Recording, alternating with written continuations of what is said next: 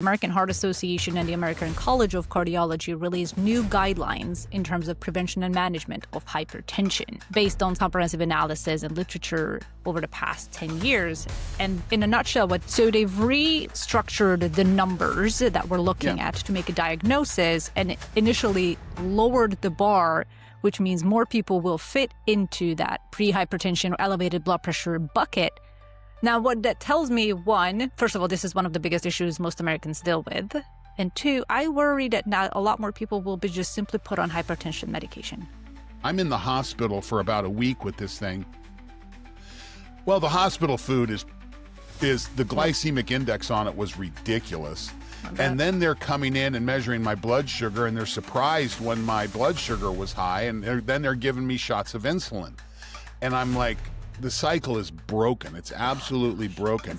And I go to my physician, and we were talking about it, and I think he had a medical student in the room at that time. And I said, I feel like every time, as a type 2 diabetic, every time I take a shot of insulin, I shorten my life. I also think that we need to be doing a lot more functional movement, things that our body did when we were living in our primal years, because that's when I see a lot of adaptation in terms of strength and definition, when I do things that are a little bit out of the conventional training and into a little bit more into that functional training, where things are in conjunction with balance, with pushing and pulling and challenging my body in ways that would activate multiple things at once, including my brain. I want you to start to be conscious.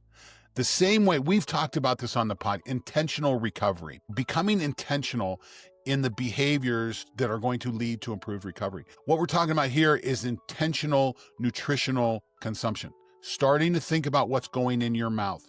Okay, so whether you're doing Mediterranean, whether you're doing carnivore, whether you're doing ketogenic, any of those requires intention.